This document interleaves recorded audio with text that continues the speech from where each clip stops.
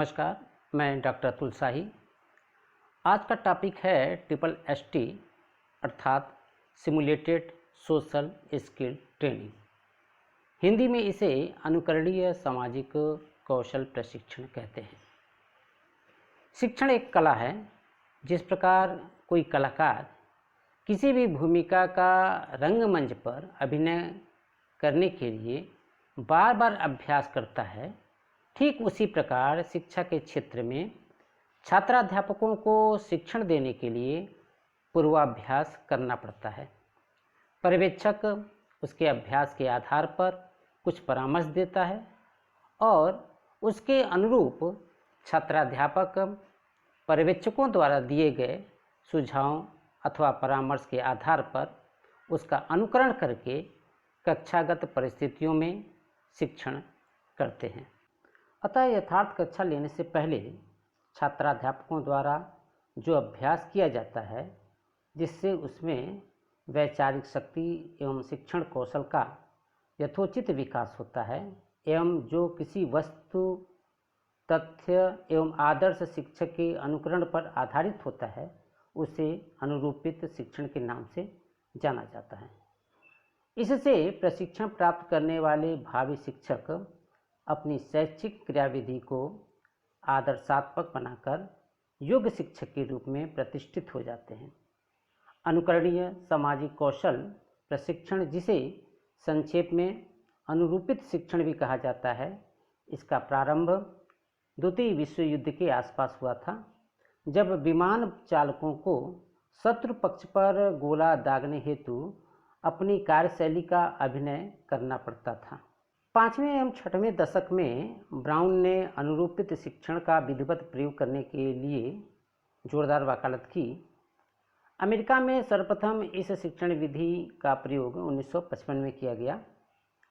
इस शिक्षण प्रविधि को विकासोन्मुख बनाने के लिए अमेरिका में ब्रूनर, जेम्स कोलमैन ने महत्वपूर्ण शोध किया। अनुरूपित शिक्षण के विकास में ब्रिटेन का भी महत्वपूर्ण योगदान रहा। यहाँ के प्रमुख शिक्षा शास्त्री क्रैकशैंक ने 1968 में इस विधि अर्थात ट्रिपल एस टी का विकास शिक्षक प्रशिक्षण प्राप्त करने वाले शिक्षकों के लिए किया था। इस विधि के अनेक नाम हैं, जैसे भूमिका निर्वाह विधि अर्थात रोल प्ले मेथड, कृत्रिम शिक्षण अर्थात आर्टिफिशियल टीचिंग, पायलट प्रशिक्षण अर्थात पायलट ट्रेनिंग इत्यादि कई नामों से इस विधि को जानते हैं। अनुरूपित शिक्षण को उपादेय एवं व्यवहारिक बनाने के लिए भारत में NCERT एवं centre for advance study in education संस्थान बड़ौदा ने महत्वपूर्ण शोध कार्य किया। शब्दकोश के अनुसार अनुरूपित का अर्थ होता है किसी भूमिका का कुशलतम अदाकारी अर्थात किसी भूमिका का निर्वहन करना।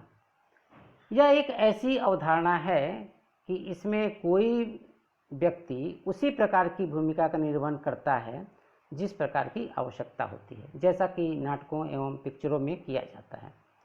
इसके अलावा इसमें समस्या समाधान भी किया जाता है। एक प्रकार से अनुरूपित शिक्षण दो प्रकार का कार्य करता है, इसलिए अनुरूपित शब्द का दो रूपों में प्रयोग किया जाता है, एक अधिगम के क्षेत्र में और दूसरा तकनीकों के प्रशिक्षण के क्षेत्र में। दूसरे शब्दों में अनुरूपित शिक्षण में शिक्षक शिक्षण देने से पहले अपने शिक्षण संबंधी भूमिका के कुशलतम अदाकारी के लिए जो कार्य करता है वही अनुरूपित शिक्षण कहलाता है। यह शिक्षकों को प्रशिक्षण प्रदान करने की एक प्रविधि है, जिससे अभ्यास के जरिए छात्राध्यापक अनुकरण के आधार पर विभिन्न शिक्षण कौशलों को सीखकर एक कुशल पारंगत शिक्षक के रूप में प्रतिष्ठित हो जाते हैं। अनुरूपित शिक्षण अभिनय अभ्यास रोल प्लेइंग के रूप में जानी जाती है, क्योंकि इस प्रकार की शिक्षण प्रविधि में छात्राध्यापक जो भी शिक्षण संबंधी क्रियाएं करता है वह बनावटी परिस्थिति में होता है। छात्राध्यापक ही शिक्षक शिक्षार्थी दोनों की भूमिका का निर्वहन करता है और कभी कभी ऑब्जर्वर की भी भूमिका छात्राध्यापक निभाता है। इससे स्पष्ट होता है कि अनुरूपित शिक्षण अध्यापन प्रक्रिया की वह प्रविधि है जिससे छात्राध्यापक बनावटी परिस्थिति में शिक्षक एवं विद्यार्थी दोनों की भूमिका अदा करके शिक्षण की परिसीमाएं जान लेते हैं, कमियां जान लेते हैं और उसके अनुरूप अपने शिक्षण की कमियों में सुधार करके वास्तविक कक्षागत परिस्थिति में एक आदर्श शिक्षक के रूप में अपने कार्य को करने में समर्थ हो जाते हैं। आइए अब हम चर्चा कर लेते हैं अनुरूपित शिक्षण की अवधारणाओं के संबंध में। अनुरूपित शिक्षण की अवधारणाएं विद्वानों के विचारों पर आधारित हैं। फिर का मत है कि वास्तविक अथवा यथार्थ परिस्थिति का नियंत्रित प्रतिनिधित्व करना ही अनुरूपण है। आल्विन ऐसा मानते हैं कि अनुरूपित ऐसी कल्पना पर आधारित होता है कि सत्यता से परिपूर्ण कृत्रिम घटना के आधार पर वास्तविक घटना का कुशलतम प्रतिनिधित्व होता है। इसमें स्टोन का विचार है कि अनुरूपित शिक्षण प्रविधि बनावटी परिस्थितियों में अधिगमकर्ता को कक्षा में स्वयं सीखने, स्वयं शिक्षण का अभ्यास करने तथा व्याख्या देने के लिए एकत्रित करती है। यह कृत्रिम वातावरण में शिक्षक द्वारा शिक्षण देने की एक विधि है, एक प्रशिक्षण है। एक भारतीय विद्वान का विचार है कि अनुरूपित शिक्षण कल्पना पर आधारित किंतु सत्यता से परिपूर्ण बनावटी परिस्थिति में किया गया शिक्षण होता है। इसमें छात्राध्यापकों को मूल परिस्थितियों में शिक्षण कार्य करने की कौशल का विकास होता है।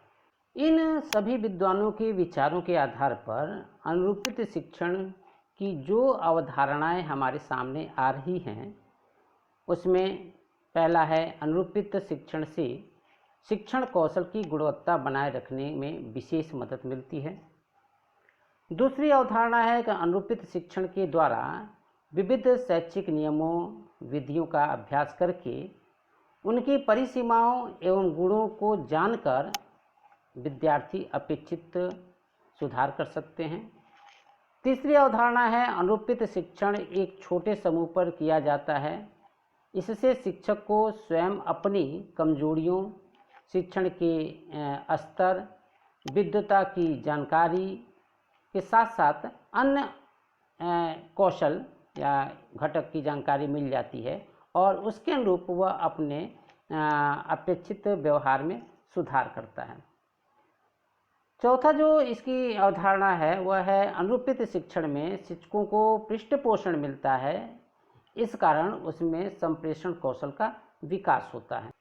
पांचवी अवधारणा है अनुरूपित शिक्षण के माध्यम से प्रशिक्षार्थियों में अनुकरण करने की शक्ति का विकास होता है और वे आदर्श शिक्षकों के कार्यों, भाषा शैली, अध्यापन के ढंग का अनुकरण करके अपनी शैक्षिक गतिविधियों में आवश्यक सुधार करने में सक्षम हो जाते हैं। इस प्रकार से अनुरूपित शिक्षण में मुख्यतः 3 प्रकार के कार्यक्रम किए जाते हैं। पहला पाठ प्रदर्शन, जिसे हम डेमोन्स्ट्रेशन लेसन कहते हैं। दूसरा व्याख्या पाठ, जिसे हम डिस्कशन लेसन कहते हैं। और तीसरा शिक्षण अभ्यास, जिसे हम टीचिंग प्रैक्टिस कहते हैं। आइए अब चर्चा करते हैं अनुरूपित शिक्षण के चरण की। अनुरूपित शिक्षण में मुख्यतः 6 चरण होते हैं। पहला चरण है भूमिका का चयन एवं निर्धारण। अनुरूपित शिक्षण के प्रथम चरण के अंतर्गत सर्वप्रथम छात्राध्यापकों को कई समूहों में विभक्त कर दिया जाता है और प्रत्येक के लिए भूमिका का चयन करके उसका निर्धारण कर दिया जाता है। ये भूमिकाएं बदलती रहती हैं, जिससे प्रत्येक छात्राध्यापक बारी बारी से शिक्षक, शिक्षार्थी एवं निरीक्षक की भूमिका अदा कर सकें। दूसरा चरण है कौशलों का चुनाव। इसमें छात्राध्यापकों के लिए कुछ विशेष कौशलों, जिसे हम स्किल कहते हैं, का चुनाव किया जाता है तथा उस पर विस्तार से चर्चा की जाती है, योजना बनाई जाती है, तैयारी की जाती है और अंततः उस एक सुनिश्चित कौशल का चुनाव कर लिया जाता है जिस पर वह अपनी भूमिका क्रियान्वित करता है। तीसरा चरण है शिक्षण की संरचना का निर्धारण। तृतीय चरण में अनुरूपित शिक्षण संचालित करने की रूपरेखा बनाई जाती है। इसमें यह निर्धारण किया जाता है कि कौन सा समूह या छात्राध्यापक सबसे पहले अध्यापन करेगा, कौन कौन बीच में प्रश्न उपस्थित करेगा, कौन इस पर विद्वतापूर्वक तर्क वितर्क करेगा और कौन इस शिक्षण का समापन करेगा। ये अलग अलग भूमिकाएं निर्धारित की जाती हैं। यदि इसे सरल भाषा में कहें तो इस चरण में अभ्यास के कार्य की सफलता के लिए कार्य की विस्तृत रूपरेखा तैयार की जाती है। चौथा चरण है निरीक्षण एवं मूल्यांकन प्रविधि का चयन। इसमें छात्राध्यापकों के कार्यों एवं उपलब्धियों का पता लगाने के लिए निरीक्षण एवं मूल्यांकन की प्रविधियों का चयन किया जाता है। इसमें आंकड़ों को एकत्रित करने के तरीके, उसकी व्याख्या विवेचना करते हुए परिणाम निकालने तक के विविध तकनीकों एवं परीक्षणों का भी चयन किया जाता है। पांचवा चरण है अभ्यास की शुरुआत, जिसे कुछ लोग वास्तविक खेल का प्रारंभ भी कहते हैं। इसमें उपरोक्त सभी क्रियाओं का निर्धारण करने के उपरांत छात्राध्यापकों को अभ्यास करने के लिए निर्देशित किया जाता है तथा उनको शिक्षण प्रक्रिया से संबंधित पृष्ठपोषण भी दिया जाता है। आवश्यकता महसूस होने पर अगले शिक्षण में परिवर्तन, परिमार्जन एवं सुधार भी किए जाते हैं। प्रत्येक छात्राध्यापक, शिक्षक, शिक्षार्थी, पर्यवेक्षक तीनों की भूमिका क्रमशः निभाते रहते हैं। तत्पश्चात त्रुटियों की जानकारी छात्राध्यापकों को दी जाती है और वे उसमें सुधार करके अगले अभ्यास में अपनी योग्यता का प्रदर्शन करने के सक्षम हो जाते हैं। छठा चरण है विधि में परिवर्तन। अंतिम चरण में छात्राध्यापकों की शिक्षण प्रभावकारिता, आवश्यकता, उपलब्धि के आधार पर शिक्षण पाठ, शिक्षण कौशल, शिक्षण प्रक्रिया में परिवर्तन कर दिया जाता है। इससे प्रत्येक प्रशिक्षार्थी को अपनी शैक्षिक क्षमता के उच्चतम प्रस्तुतिकरण का अवसर मिल जाता है और वे विविध शिक्षण कौशलों की पूरी जानकारी प्राप्त करके वास्तविक कक्षाओं में पढ़ाने के योग्य हो जाते हैं। अगला हेडिंग है अनुरूपण के प्रकार अर्थात टाइप्स ऑफ सिमुलेटर। प्रमुख शिक्षाविदों ने इसके 3 प्रकार बताए हैं। पहला, मशीनीकृत अनुरूपण। इस प्रकार के अनुरूपण शिक्षण पूर्णतया कंप्यूटराइज्ड होते हैं। इसमें संपूर्ण चीज़ें कंप्यूटर में डाल दी जाती हैं, जिसकी आवश्यकता पड़ने पर अधिगम के लिए उपयोग किया जाता है। इसका प्रयोग कक्ष में नहीं होता, वरन इसका प्रयोग शोध कार्यों में किया जाता है या शोध के उद्देश्यों की पूर्ति के लिए किया जाता है। दूसरा प्रकार है मानव मशीन अनुरूपण।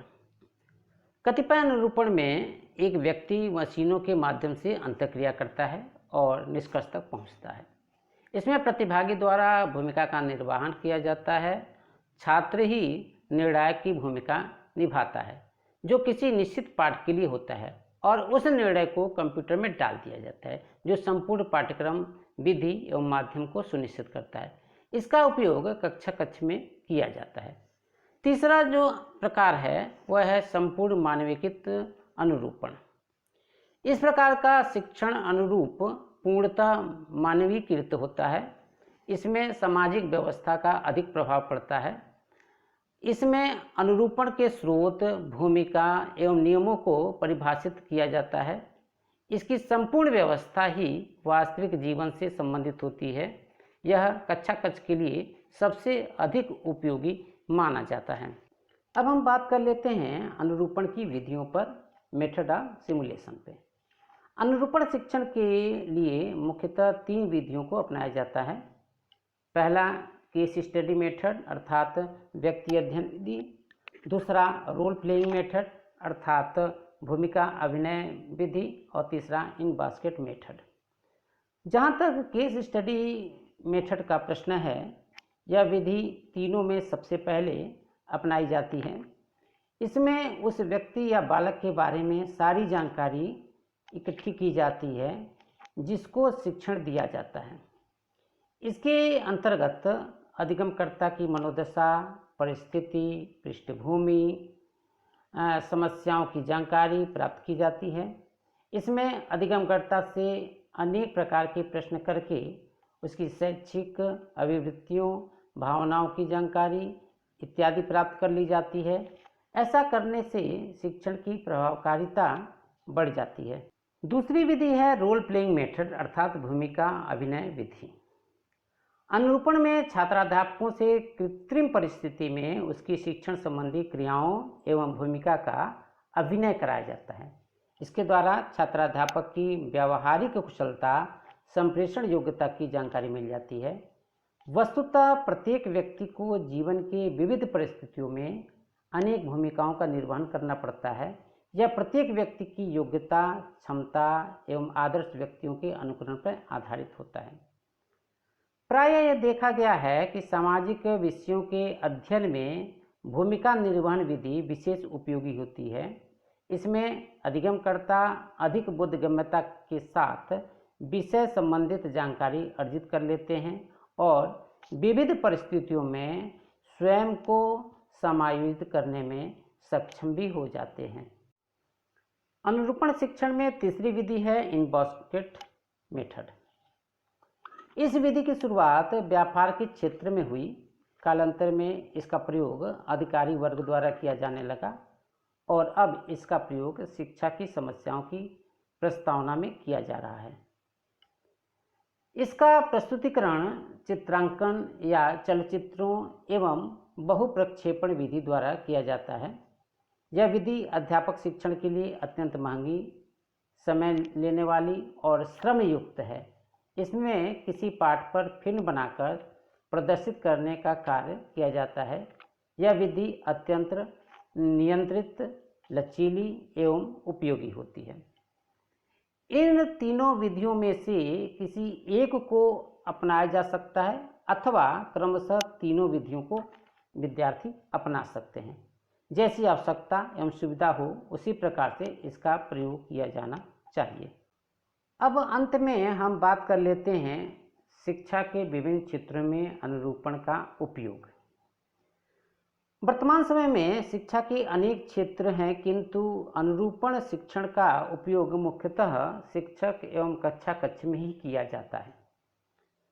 शिक्षक की भूमिका निर्देशन की नहीं होती, वरन वह परामर्शदाता या सलाहकार के रूप में होती है। यह क्रियान्वयन के समय में पार्श्व में रहता है। आवश्यकता पड़ने पर वह सामने आता है और समाप्ति के बाद अध्यापक पुनः केंद्र में हो जाता है। अतः खेल पर वही संपूर्ण रूप से बृहद चर्चा करता है। कहने का तात्पर्य यह है कि अनुरूपण विधि में शिक्षक की भूमिका सेकेंडरी होती है और इसमें जो छात्राध्यापक हैं उसकी भूमिका महत्वपूर्ण होती है, लेकिन छात्राध्यापक भी वही कार्य करते हैं जो शिक्षक उनको बताते हैं। शिक्षक प्रशिक्षण में यह एक वास्तविक प्रारूप पैदा करता है जहाँ पर अनेक माध्यम एवं तकनीकों का उपयोग किया जाता है। वहीं पर यह वास्तविकता से जुड़ी हुई मानी जाती है। चूँकि प्रशिक्षार्थी निकट भविष्य में कार्यक्षेत्र में पदार्पण करने वाले होते हैं, इसलिए वे अनुरूपण शिक्षण का उपयोग अधिक कर सकते हैं। यदि प्रशिक्षण में अनुरूपण शिक्षण का भी प्रशिक्षण दिया जाए तो वह भविष्य में बहुत लाभकारी होता है।